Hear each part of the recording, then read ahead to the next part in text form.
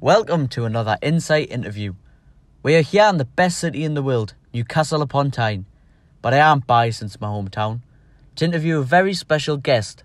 She's a broadcast journalist, a Celebrity Big Brother housemate, and more recently has been a guest debater on ITV's This Morning.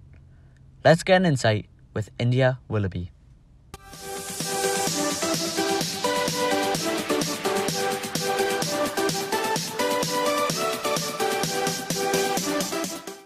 Right, so we're in Newcastle with India, and we're just going to be talking a bit about her career and her life. So Newcastle used to work, didn't you, at Tyne Tees? Yeah, that's right. I worked at Newcastle Tyne Tees for about 3 months, something like that.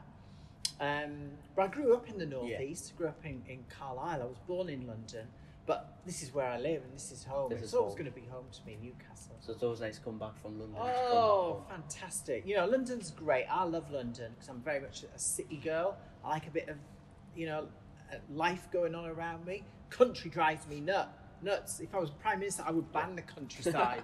It's just dull for me.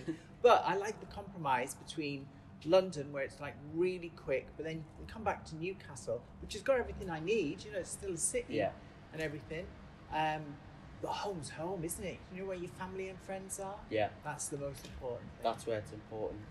So what was it like growing up in Newcastle? Well, I actually grew up in Carlisle. Oh, right. So still more over on the west side. Yeah. But I've always been a regular visitor over to Newcastle. So growing up in Carlisle, I liked it at the time. My grandparents were there as well. And we lived about 3 or 4 houses down from them. So I had like 2 houses to always go around for a back and forth. It's fantastic. But as I got older, I sort of craved the city life a little bit. And I guess that's why I ended up first in Newcastle and then London. Small step and then go to the big city. It's where the opportunities are as well, isn't Absolutely, yeah. And especially, it's very, very relevant now with how things are. Unfortunately, we live in a world where you've got to go where the work is. Yeah. And Carlisle, over in the northwest, the extreme northwest, it's very much, you're either a farmer or a tradesperson. Yeah. And they're the only gigs in town. Mm-hmm. And I'm rubbish at growing tatties or looking after cows. So I had to go, I had to move. And before you transitioned, is that the right word? Yeah. Yeah. You got a trial with Carlisle United, didn't you? That's right, yeah. Do you ever wonder if you went down the football route, what life would have been like? God, can you imagine it? Well, first of all, I'd be super rich, probably, having that kudos thing about being the first. Yeah, I grew up loving football, and I can remember my granddad was a massive football fan. I was always really close to my granddad. I always knew how I felt inside, but football is like a universal passport almost for lads and boys. And I knew that if I was interested in football, or even better, if I was good at football, then you're accepted straight away. So I can remember around the age when I realised that, I would probably be about 6 or 7. And I can remember specifically going out every day, just in the back yard it wasn't even a garden, it was a backyard, with a football and just knocking it against the wall, left foot, right foot, left foot, right foot, left foot, right foot, doing that all the time. Unfortunately, I was really good. Yeah. So during the school years, I was always like the first player picked and what have you. Got to secondary school, did a thing, the Bobby Moore Football School, actually at Long Benton, even though I was in Carlisle. That's quite far, isn't it? Yeah, they were doing a thing over there. So I got invited to that, which was this week-long thing, training. Won the top award, that thing. And I ended up getting offered trials. I got offered a trial with Aston Villa. God. And Carlisle United. But I thought, I'll go to Carlisle United because it's just on my doorstep. And yeah, so I went to that. But do you know what? You know what the worst thing was? What? I went there, and I was just into the silky skills and ball playing and what have you. And I got there, and I can remember when they took me in, and there were all these lads the same age as me, but they were massive. You know, like they were a lot broader, and you could tell they were tough and rough. And Bit daunting. no, there were no prisoners. And when you were playing football then, there was no time for like silky skills. You were taken out. You know, could you do were just all the like tricks, but yeah, so it just became a bit brutal for me, and I lost interest. But I still like football, as in following it. But that's when I sort of stopped playing, probably around the age of 20, something like that. They always say football teams are always toxic, and you can't really talk about how you feel. Would you feel like you would be able to talk to them about how you were feeling? Certainly not. Right. In the, what would that be? That would be sort of the 80s, 90s, late 80s, 90s. Not then. But I don't understand why now, in 2020, we don't have any LGBT Footballers. people in the male game. Yeah. Because I keep hearing that the fans would be hostile and they would turn against them and it would be unbearable for the player. I honestly don't think that's the case. That they'll just get on with it. If I they're think good player, they're good player. Absolutely. And the most important thing, if you're a football fan, is that your team's winning. Yeah. And if you've got a good player, people don't care, you know, about their sexuality, whatever's going on in their life, their colour, any of that. That's all gravy to the fact that they're turning it on the pitch. And I think it's a bit like a situation we had with racism in the 70s or 80s. You could go on a football terrace and be openly abusive to a black player and nobody would really do anything. They might roll their eyes or tuck, but they wouldn't intervene. Whereas now, I think if you go to a football match, certainly the big games, you know, in the Premier League, if somebody's in the stand giving abuse to a black player, most people now would actually have the confidence. They would step in, and the football ground would ban them. And they would ban it. And I think the same would apply to LGBT. I just don't understand it. Yeah. Even on the selfish part, the monetary part, if you came out as a gay footballer, obviously that's like completely different from what I am trans. Yeah. But if you came out as a gay footballer, you just think of the commercial opportunities. You would instantly go from being even a star on a Premiership level to being A-list. Yeah. I don't understand why people don't do it. They should really.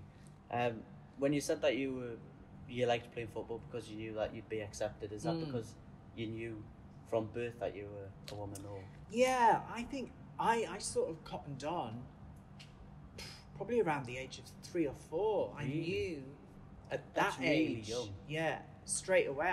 I can't remember ever not having that conflict in my head. And people say to me, they say, well, that's ridiculous. How can you possibly know at the age of 3 and 4? But then I say to them, well, did you know at 3 and 4 whether you were a boy or a girl? Yeah. And they do. I think it's a hard thing to get your head around if it's not actually your situation. But if there is something of a mismatch between what's up here, just that what I would call that identity in you and the rest of you, then obviously you're going to be aware of it. Yeah. If it all matches up, then you don't even realize it exists.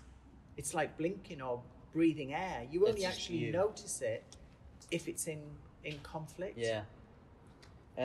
You also invented the term gender fluid. Is that right? I did. Well, I claim I did, definitely. This is really controversial. But I don't care. I'm claiming it. I'm absolutely claiming it. So I have to tell a little bit of a story here. I'll try and tell it as quickly as I can. That's fine. So obviously when I was growing up, this was all pre-Caitlyn Jenner and all that sort of stuff. So I reached my 40s and I tried to ignore it, but it just got to a stage inside me. It was literally killing me. It was just like holding back a dam.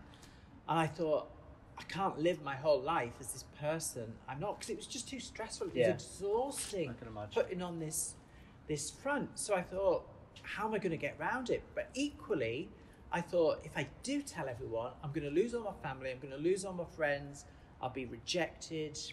Trans people, even now, you don't get work as such. You're excluded from so much. And I thought, it's going to ruin my life. And then I thought, I know what I'll do. What if I could be two people at once? And then I could keep alive Jonathan, as I was there, for family and friends, or what have you on one side. But if I hadn't started a life elsewhere as me, then I could breathe. And that would be some release from, like the pressure and like the stress inside me. So that's what I did. Really? So it's like a Hollywood film. So for 5 years, I split my life. I had 2 passports, 2 wardrobes, 2 sets of friends, neither of which knew the other existed. Completely different. Can't imagine that. And for 5 days a week, I was in Newcastle with a 9-to-5 job, working at the North East Ambulance Service as a woman. Just a regular set of friends, regular nights out and what have you. But then on a weekend, I would go back to Carlisle and change myself That must be back again. I can't even tell you. So initially, the fact that I was able to escape was enough, and I didn't mind. It was stressful. It must and hard be like to having do. an affair. That's exactly what it was like, and you had to memorize simple questions like, "Oh, how was your week?" Yeah, try And you think, go well, back into the which mindset that week you're are you in. talking about? Because if I'm dressed here as Jonathan and I'm talking about going on a girls' night out, and vice versa, if I'm on a girls' night out and I'm saying, "Oh yeah, I went to the pub and we were chatting about, the match or wherever," it's going to cause problems. So I did that for 5 years, juggling it. So, and then I, when I did go public, I thought, this is stupid because I know which side I'm happy. I don't feel any stress, and I never even think about it, when I'm in Newcastle. So it's time, just to be honest. So then I went on Loose Women, and it was fantastic. The reception and reaction was amazing. It was like, get India back on, get her on Loose Women, she's brilliant and what have you.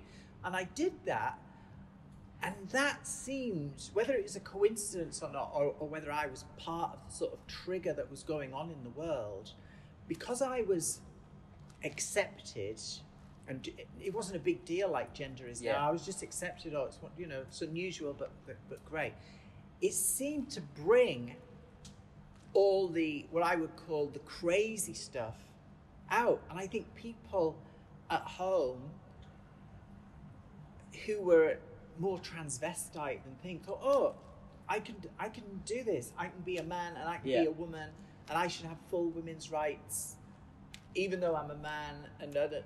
But that's not what I am. It's completely different. So I partly sort of feel guilty for being an element of what we have at the moment. This furor around gender, and it's such an angry subject. It is. People are very passionate about it, and you're the start of it. I know. So in that sense, I feel like my I don't think I've never read anyone who's had an experience like I did, where I wasn't just having a female identity at home, behind a keyboard, and then living as a man in the real world. Out there. I was actually living 2 real lives as both at the same time. So in that sense, I absolutely, nobody else has done it. So I'm claiming that I invented it. You can have it copyrighted. So how did you tell your family and friends eventually that you wanted to fully transition? Yeah, it must have been really tough. It was really tough, and I couldn't do it. The first thing I did, I made a list of people who I thought would be most receptive, because I thought, I can't do, if I don't get any support, if every single person turns against me, That's just be like unbearable, terrible. So I made a list, and obviously mum's top, like for a lot of people. I thought, right, got to tell her first, and then a descending order, and then the bottom person on the list was the person that was in my life, but I thought would be least receptive to it. who was, I'll be honest about it, was my sister. Because me and my sister, up to that point, we had, we would fight, not physically fight, but we would clash. You know, like any subject, we were like chalk and cheese, and what big have you. Big personality clashes. So I thought, right, if anyone in my circle is going to be quite hostile to it, it'll be my sister. Her. So I can't tell her less. So then I couldn't do it face to face. I wanted to, but I bottled that. So I sent a letter to my mum, and it was really, really tough. I waited, I think a day passed before I got a reply, and then she sent a letter back, and I could tell from what she was saying, she was upset. She wasn't angry, but she was upset, like, and she was worried, you know, oh my God, you know, I'm really worried about, you know, what the future holds for you. You know, you realise how tough this is going to be and what's going to happen, you know, how are people going to treat you? I'm so thing. Yeah. But the final lines of the message were that, but you're still my child, and regardless of anything, you know, I'm on your side. Yeah. You know, fight like a tiger for you, 100%. Got your back, which is great. That's so great. That gives you like. That must be a bit of relief. Absolutely, because a lot of trans people, they don't get that because it's so out there. I think my mum was also a little bit. I think there were two things going on. I think even now, and I've told her not to. She's got something in her that thinks that maybe she could have helped me, not stopped me. I don't think, but if only she'd known, you know, when I was a kid. Yeah. And she thinks, oh, you know, I can't believe that you went all those years without saying a word. Without saying anything. You could have told me, and it would have been fine. Why? And she, you know, like, why didn't I notice? Because I was the old me. I wasn't. You know, people have these stereotypes in their heads about what people are like. So you would expect somebody like me, probably as the old me, to be quite camp. And effeminate, you know, into pink and flouncing around. I wasn't like that, not at all, because that's just not how I was. You know, regardless of gender, people have different sorts of things. That's just not how I was. I was interested in all those sorts of things, but obviously you don't display them because you have all this turmoil going on. And the other thing that really hit her was, and I knew this would be a fact, because obviously it's a shock when people on the outside, when you first tell them, they think, oh my God, where's that come from? Yeah. You know, because you've never mentioned because it you've before. never mentioned it. It's like a seems bolt like it comes out of nowhere. out the blue, but it's not out the blue to the person, because they've been struggling it for decades. Mm-hmm. You know, they've known.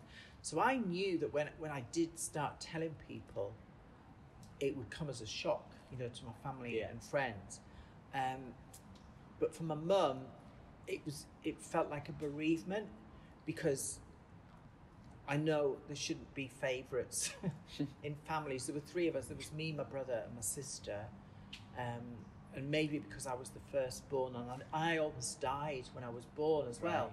So I think I was always aware, even though I would deny it. The other two would complain, oh, you know, he's the favourite, blah, blah, blah. And I was like the favourite.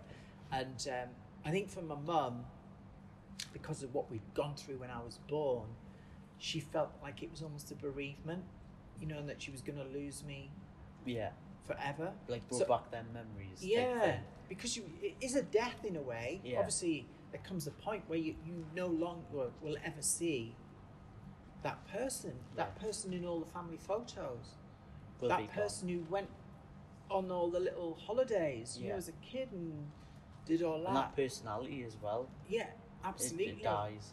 It does. In a sort of way, you know, you keep your sense of humour and you've still got your memory. You know, definitely, you can still chat about things and all that. You don't change in that way. But it is like a grieving process.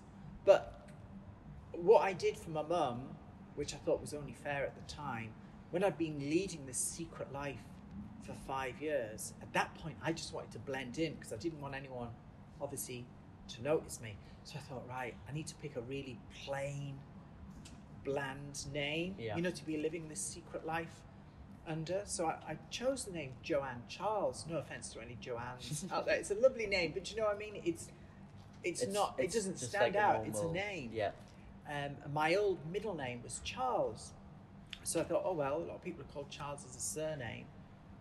I'll use that and I can have this anonymous life in Newcastle. But obviously when I told my mum, and I knew it was going to become public and big news because I'd read the news for ITV, I just said to my mum, I said, look, I'm still your kids, you know, you're not losing me, or what have you. And if we had started this way right from the start, you would have christened me. So you choose the name. It's up to you. You know, you pick my name. So left that up, and a couple of days passed. Then she got in touch, and she said, "What was the name?" I think Philippa was one. I thought, "Oh my God, no." There was another one as well. Trini. I thought, Trini, are you on it? Having a joke? Two verses of bloody tranny or something like that. No, not that one. And then she had another couple of options. And then she said, India. And just straight away, I thought, I really like that. Yeah. I think that's great. So that's what we went with. And I like the fact, you know, that my mum chose it. Yeah, it's nice. It's just how it should have been. Right from the start. Yeah. So were you ITV boarder when you transitioned? ITV boarder. So, not when I transitioned. right, no, I thought you were there. And then... No, what happened was, because at the time, again, and you know, this is way before all the sort of visibility that we sort of have now. It just wasn't a subject in the news, and you never saw anyone. And newsrooms, certainly historically, and I like the atmosphere. I'm not dissing it. Newsrooms are the sort of places where people do swear and they shout at each other and argue. It's professional though, because you get rushing against deadlines. By that and there's a certain type of humour as well in newsrooms, because you've got to be very straight-faced on camera. All the other stuff has to vent, you know, in the room. So it's a very black, coarse type of humour that you have there. And I knew if ever that we did a story about somebody who was trans or whatever, it might be straight-faced on camera, but when the broadcast had stopped, people would be laughing about it and mocking them on, you know, being quite thing. And I would actually, I'll be honest, I would go along with it because you don't want anyone to rumble. So you compensate by going, all that sort of. But I knew how awful it would be. And the thought of me reading the news at that time, one week as Jonathan and then trotting up on the Monday as India, it just wouldn't. Well, I wouldn't have been allowed on air. You know, I really? Yeah, they'd have come up with something. Even ITV, God bless them, have been good to me. I think at that time, we are talking a different way of thinking. They would have come up with some excuse and said you were ill. They would have got rid of me. Yeah, that would have been the end of the job. Yeah. So I was fortunate at the time because fate sort of intervened in the ITV. Were having a tough time selling adverts, right? And that's what commercial TV relies on. So they decided to merge, to close a lot of the smaller stations and have these what they called super hubs. So basically, all the ITV Cumbria stuff got merged with Tyne Tees. Yeah. So they were shutting down the bit of ITV that I was in. So as a result, we each got a letter saying, if you'd like to take voluntary redundancy, that's now on the table. So I thought, this is my opportunity. This is my opportunity. It gives me a little bit of a breathing space because there's a tiny bit of money, not fortune, but it was enough. It was enough 6 or 7 months to get by. And I thought I could take that money and I could actually try and start being me. Because at that time, although on the outside I was putting a smile on my face, I was a wreck. You know, it was. I'd literally run out of steam, Liam. I couldn't go on. I was grinding to a halt. So at that time, that money, it was a no-brainer for me. I thought, I'm going to I'm just going to go and do this. Otherwise, I'm going to end up in a nut house or something.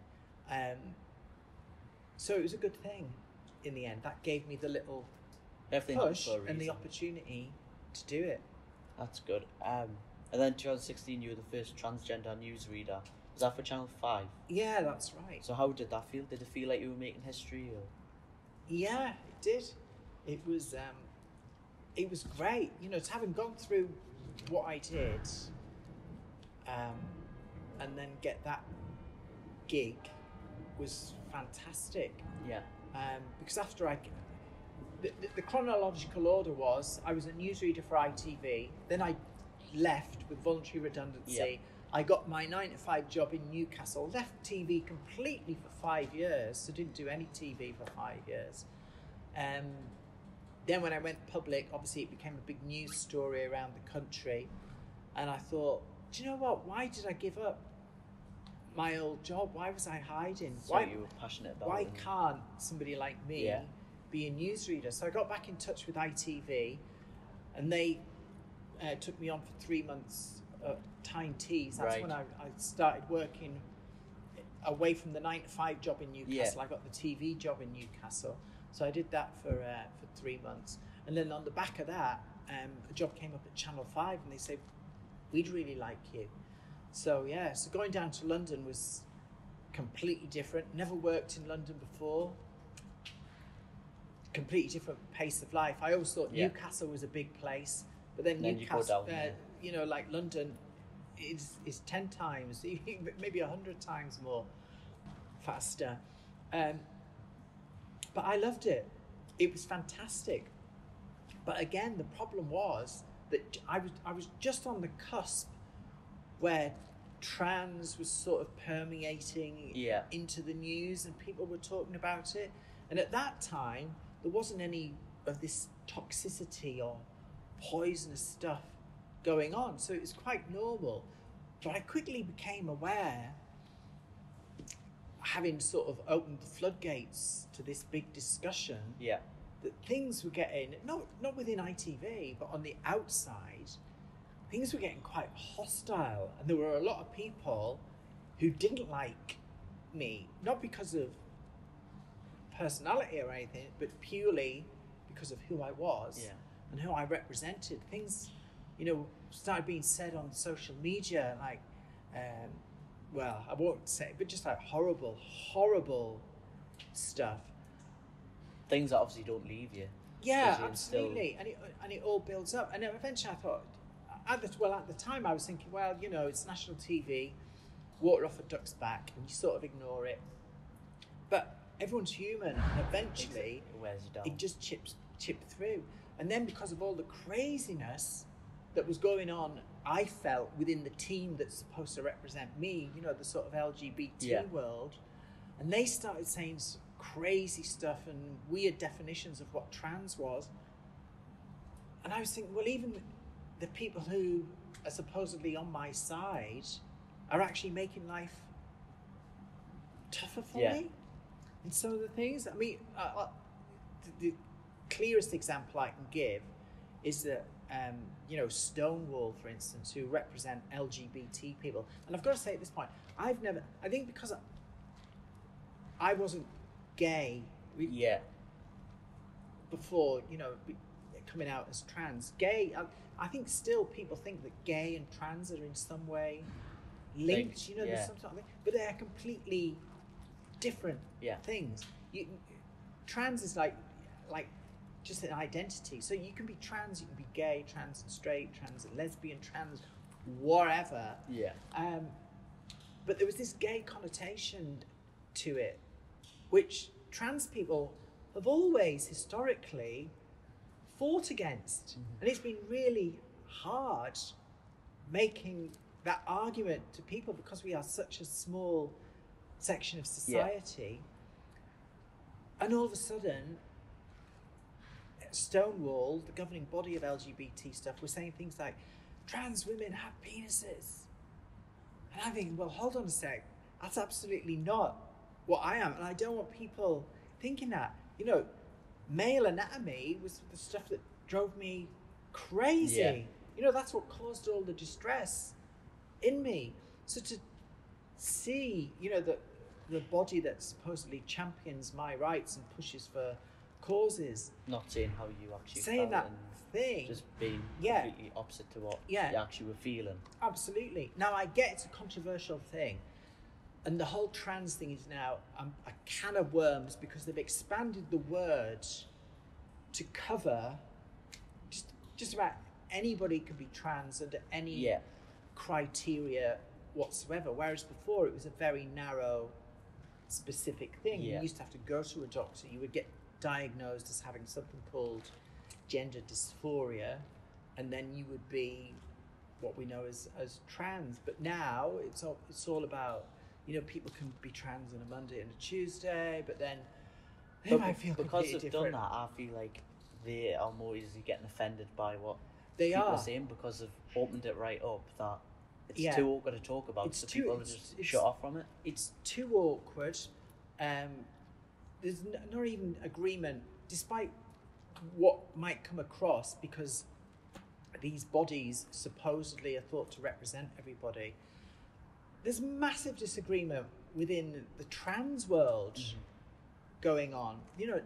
It's a complete myth that all trans people are fighting for self-ID rights. Yeah. Just not true. There is a good percentage that totally oppose that.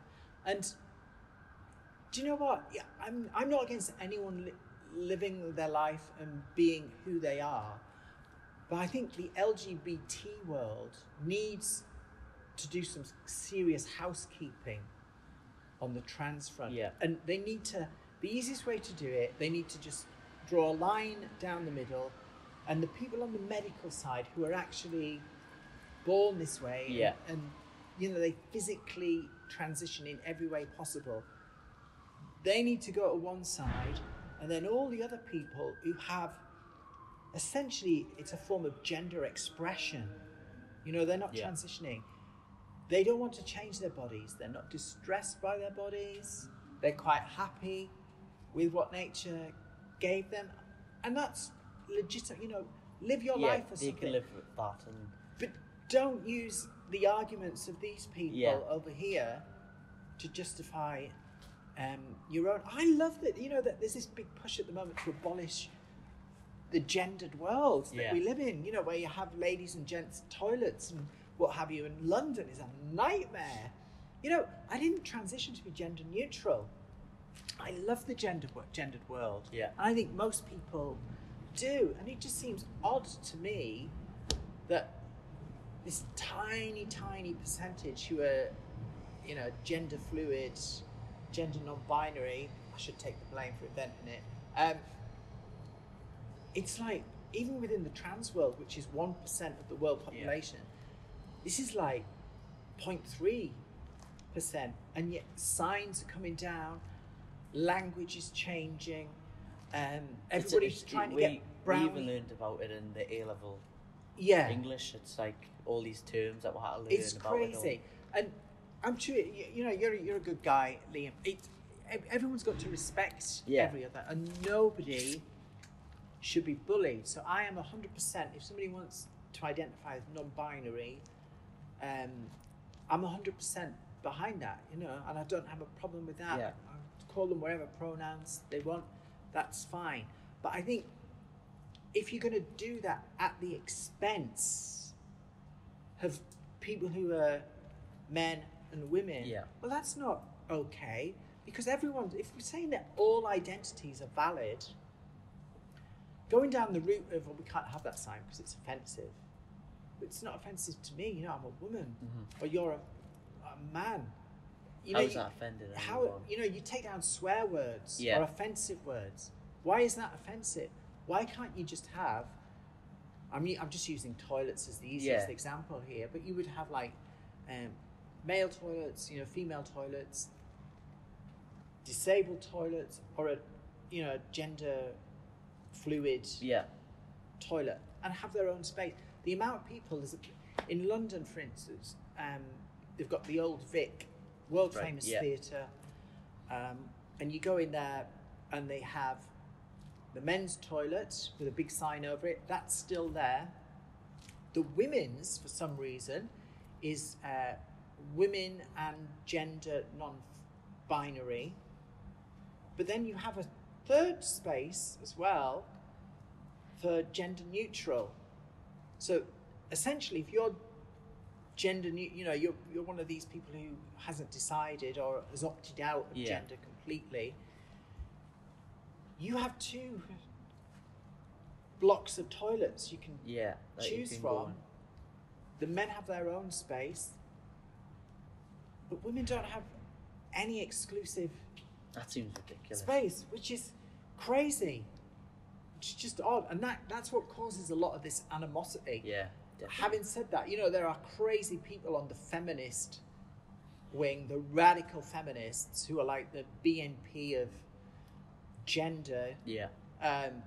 They are vile, and they use all this craziness that LGBT come up with against people. But it's like giving them open goals. Yeah, you are providing the haters and the people who really, really pathologically want to destroy you, want to push you back into the corner, want to demonize you as being dangerous.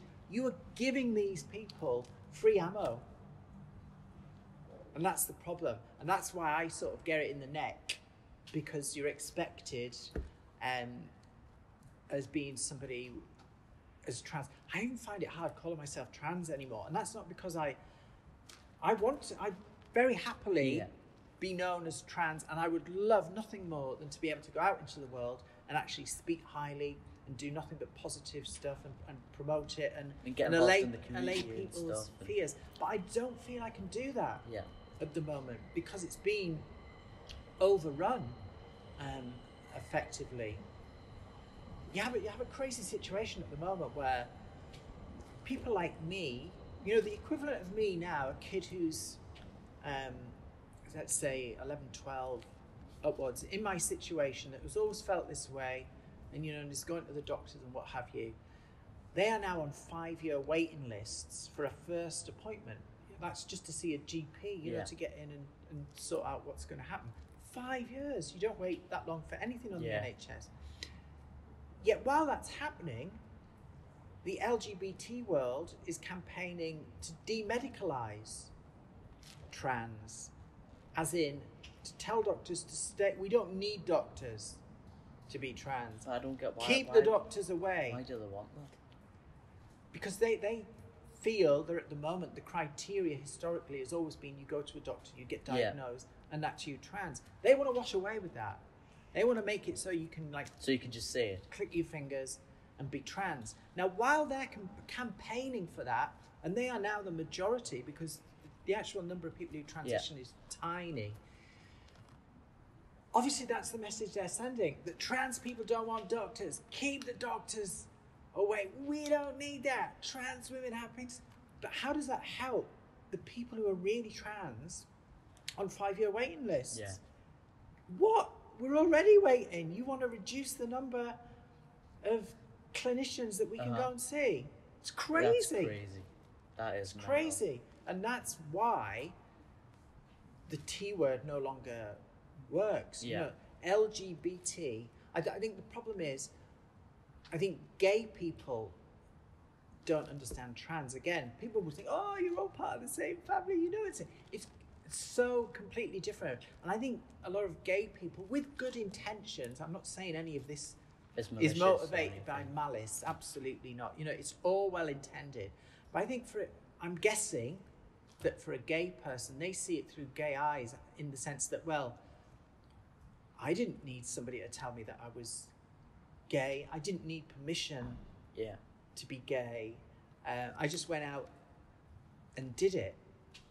But that completely different things. Doesn't really work with trans, because it's a good thing that you go to see a doctor at present to get diagnosed as trans and to actually transition.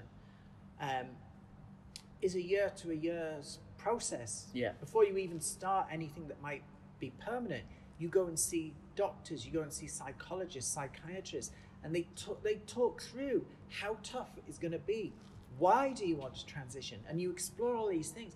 And I think all that's fair enough, because it's a one-way ticket. Yeah. You don't want it to be wrong for you as a patient, and you want to be able to know that, you know, when you go through this, you've got to be aware that life is going to be tougher. Mm-hmm. People are going to call you names. You're not necessarily going to be expected. You might find it harder getting a job. How will you cope with that? How will you manage if your family turn against you, or you never see your best friends anymore? All of that is absolutely valid, and that is absolutely what transitioning is like. You've got to have a certain resolution and strength in you. And equally, the doctor doesn't want to be in a position that they go through giving you a procedure which is permanent, and then you wake up 6 months down the line, you think, do you know what? That was wrong. It hasn't solved my problems. Yeah. I still feel, and I'm going to sue you. Mm-hmm. You know, you allowed me to do this, and now I want 10 million off you. You've ruined my life.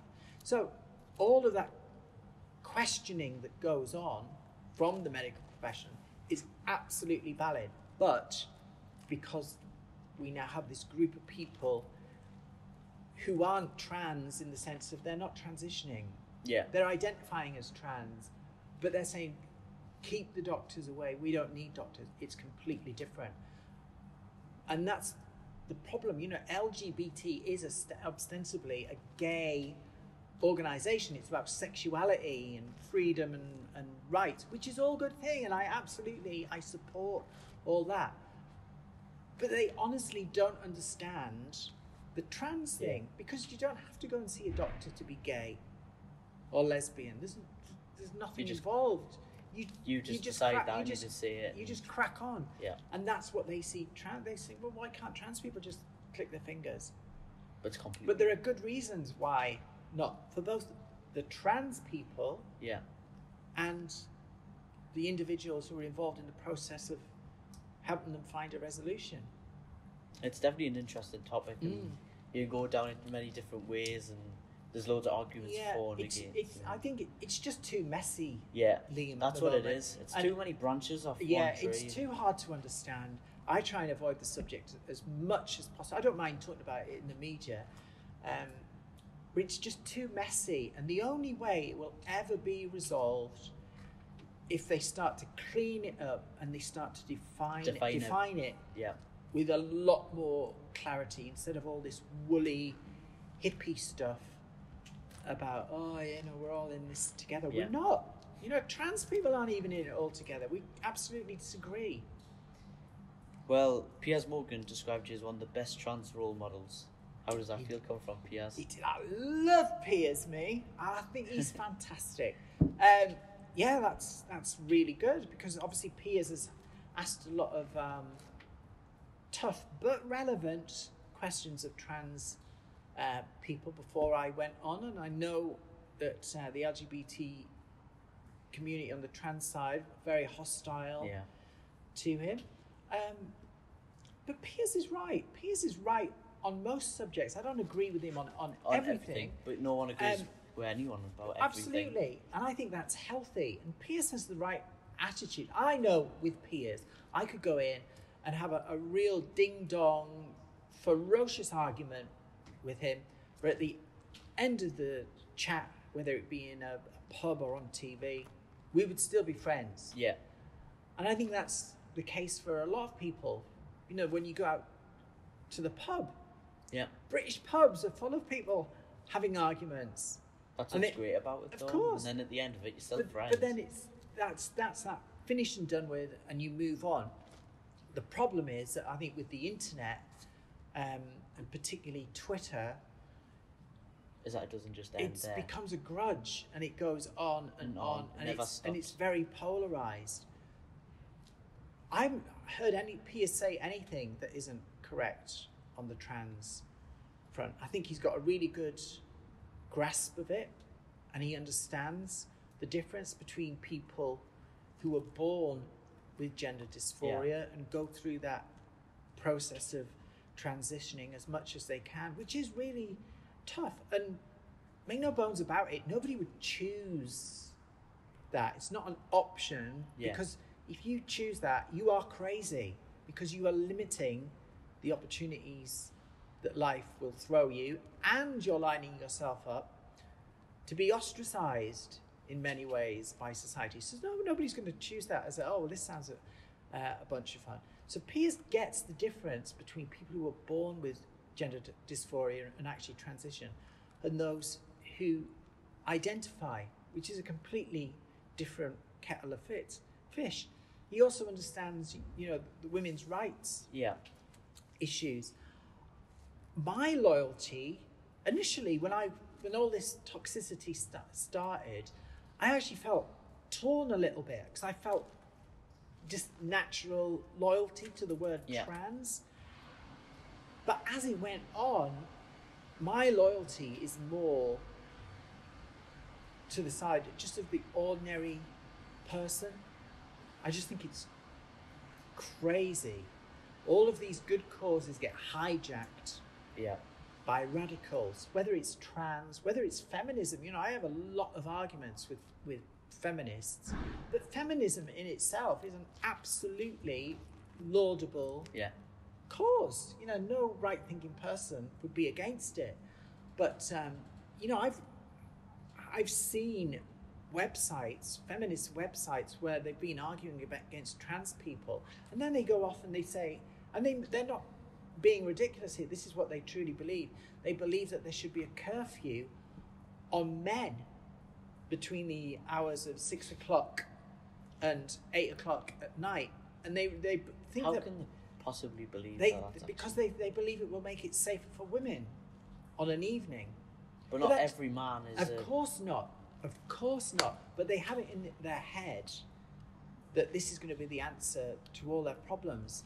And I think all of these good causes, even Black Lives Matters, what a great slogan for any group to have and to use without being questioned. Of course, everybody supports black rights and what have you.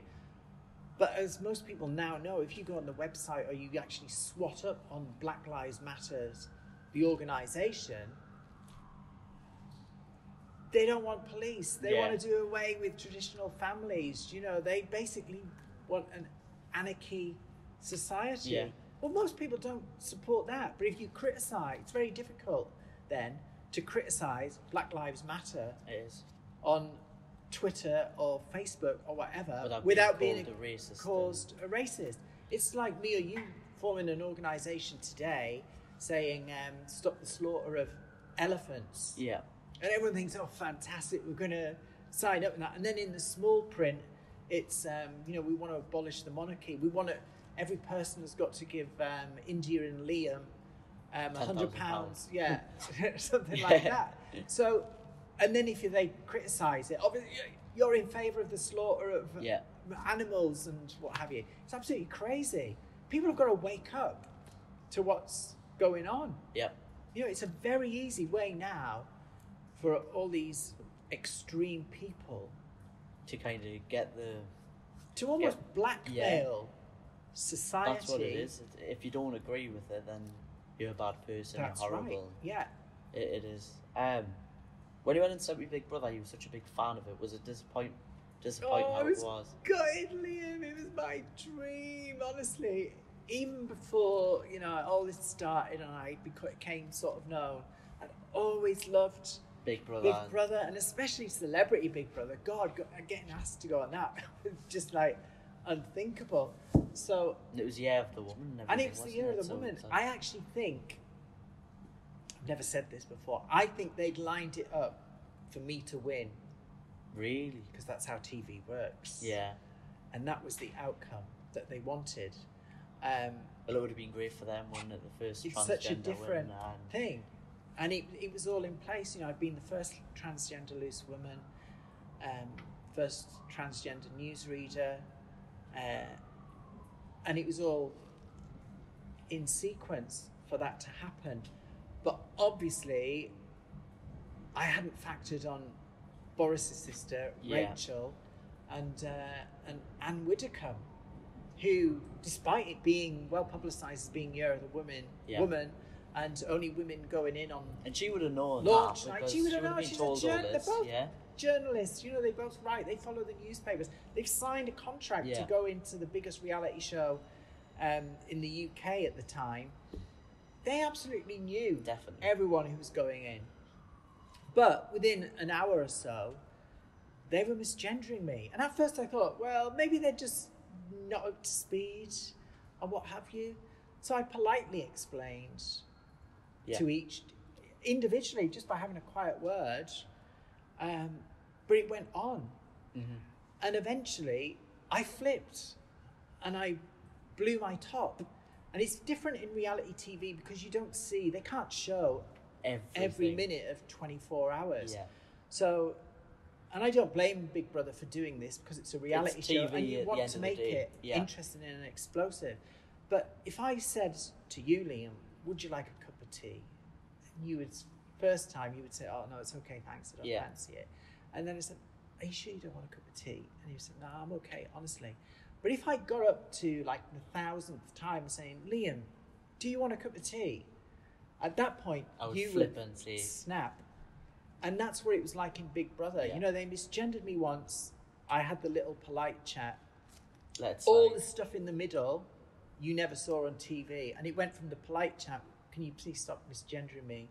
To me going, right, I'm not having this anymore, in the kitchen, blah, blah, blah. And I erupted. But I don't regret what I said. I think my season of Celebrity Big Brother has dated worse than any other. You would not be able to show it now because of the level of misgendering that was going on and the way that I was treated. But they probably would have been kicked out if it was they would have been kicked out straight away for doing it. Christopher Biggins got kicked out for, I can't remember what exactly he said, but he did. It was something kind of. Yeah, he made a remark about bisexuals. Yeah, I can't remember exactly what it was, but it wouldn't happen now. That's because there's more understanding in the world. I don't think viewers understood why it was such a big deal if you called a trans person he or him. Yeah. You know, when they'd transitioned. But obviously, that's 3 years ago. Even now, you know, in the space of 3 years, things have changed so much. Anna and Rachel would have been kicked out. Yeah. The first night. They would have definitely, I think, gone. But I enjoyed my time in Big Brother. You know, I was in there for 11 days. I'm the longest stay for a first evictee. Set a record for that. They didn't want to kick me out because of the ratings. The ratings went off the cliff. I got kicked out. They called me back in later on because the viewing figures had gone down. And everything I said, I really regret that I wasn't able to just go in and be myself. Yeah. I really missed that because it was, that's all I wanted. I didn't want to have any controversy, but it was sort of forced upon me. Yeah. Because of the way that Anne Widdecombe and Rachel Johnson were acting. What could I have done? I could have just kept my gob shut and let them call me he and him. But then I think you would have got backlash for not standing up. Of course, you can't win. You can't win. You've got to stand up for yourself. But I love Big Brother, and I hope it comes Still back watch it. one like day. If it comes back. Absolutely. Maybe you could go back in or maybe I'm a Celeb. I would love. Would you do I'm a Celeb? Absolutely. Or Strictly? Yeah, I'd like to do Strictly. That would be good. That would be good. But the minute you're on this morning with the View, this morning's View, how's that going? I like it. I like it a lot. Yeah, it's good fun. Grew up with the news, you know, that's what I do.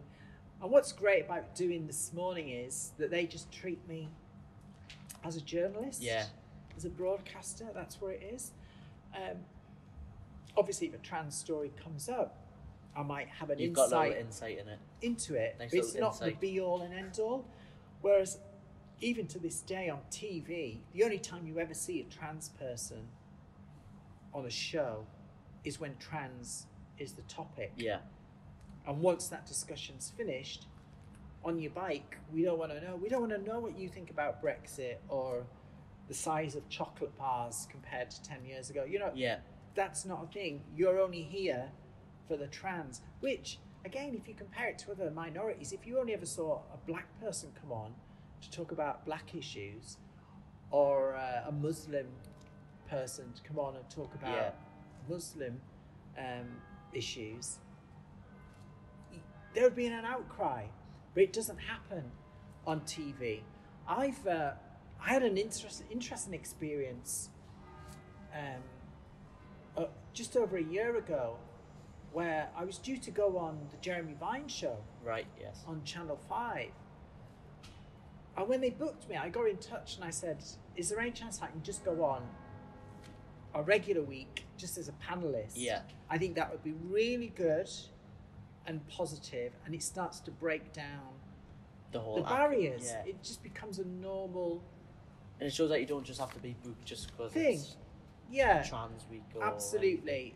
And you're going to be doing it first. I think that would be really good for the show if you just have me on as a regular, as a normal panellist and what have you. Just comes up, India Willoughby journalist. They didn't get back.